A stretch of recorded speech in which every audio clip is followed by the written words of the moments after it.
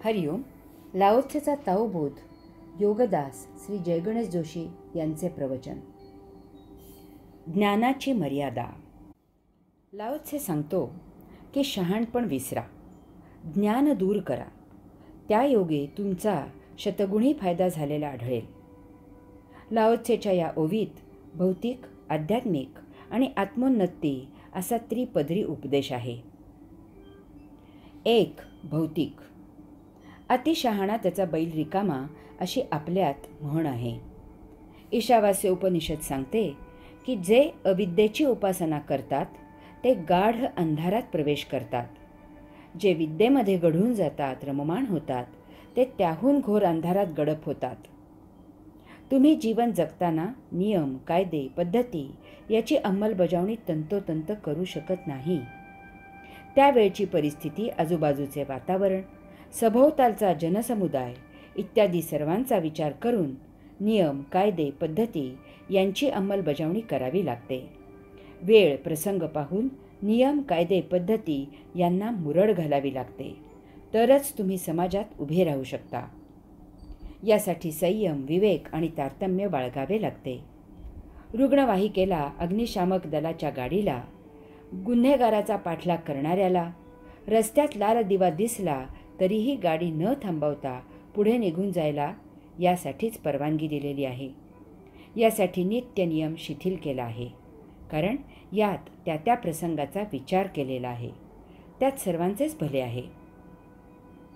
नातलग, बुजुर्ग, गुरु असले तरीही ते राक्षसी विचारांना पाठिंबा देत आहेत, हे समाजाच्या दृष्टीने घातक आहे, राष्ट्राला हानिकारक आहे, भावी समाजाचा विचार करता चुकीचा संदेश देणारे आहे. यास्तव युद्ध करून त्यांना ठार मार, असा परखड उपदेश गीता करते. येथे हिंसेची शिकवण नसून परखड कर्तव्य कर्म करताना नीती, धर्म, न्याय याचा विचार करून प्रसंगी त्यात बदल करून आवश्यक असल्यास त्याविरुद्ध वर्तन करून योग्य तीच कृती करायला प्रोत्साहित करणे आहे. नित्य जीवनात आपल्याला आपल्या तत्वांना मुरड घालावी लागते, तरच भौतिक जीवन विना कटकट जगणे शक्य आहे. ऋषीमुनींनी मांसाहारी नसावे हा नियम ठीक आहे, परंतु नैसर्गिक आपत्तीमुळे हिमालयात अडकलेल्या विश्वामित्र ऋषींनी जीवित राहण्यासाठी मेलेल्या कुत्र्याचे मांस भक्षण केले. अन्न वाचून तडफडत मरण्यापेक्षा हे असे करणेच श्रेयस्कर आहे. यात धर्म बुडत नाही की तत्वांना हरताळ पासला जात नाही.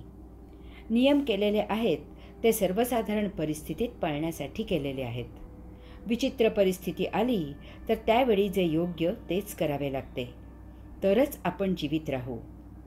नियम चांगले जगण्यासाठी आहेत, परंतु जर ते नियम त्या जगण्यावरच गदा आणू लागले तर त्या प्रसंगापुरते ते नियम मोडणे हेच योग्य आहे. नसत्या कल्पना करून जीवन दुःखी करून घेण्यात काही अर्थ नसतो आणि ते शहाणपणाचेही नसते. गाडी कोणत्या फलाटावर आहे हे पाटी वाचून शोधण्यापेक्षा तेथील हमालाला ते विचारून चटकन गाडी पकडणे हेच ज्ञानी याचे लक्षण आहे.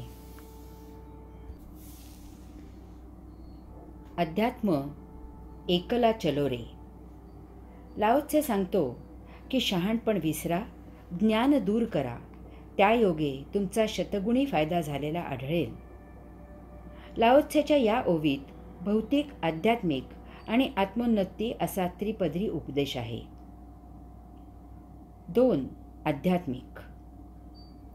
आध्यात्मिक पुस्तकांचे वाचन, सत्संग, प्रवचने, साधना, उपासना इत्यादीमुळे आपल्याला अध्यात्माचे शहाणपण येते, ज्ञानप्राप्ती होते. आपल्यात अमूलाग्र परंतु सकारात्मक बदल होतो.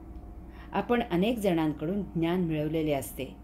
वाचन, मनन, मंथन करून आपणही ज्ञानप्राप्ती केलेली असते. याचा आपल्या वैयक्तिक आयुष्यात आपल्याला खूप फायदा होत असतो.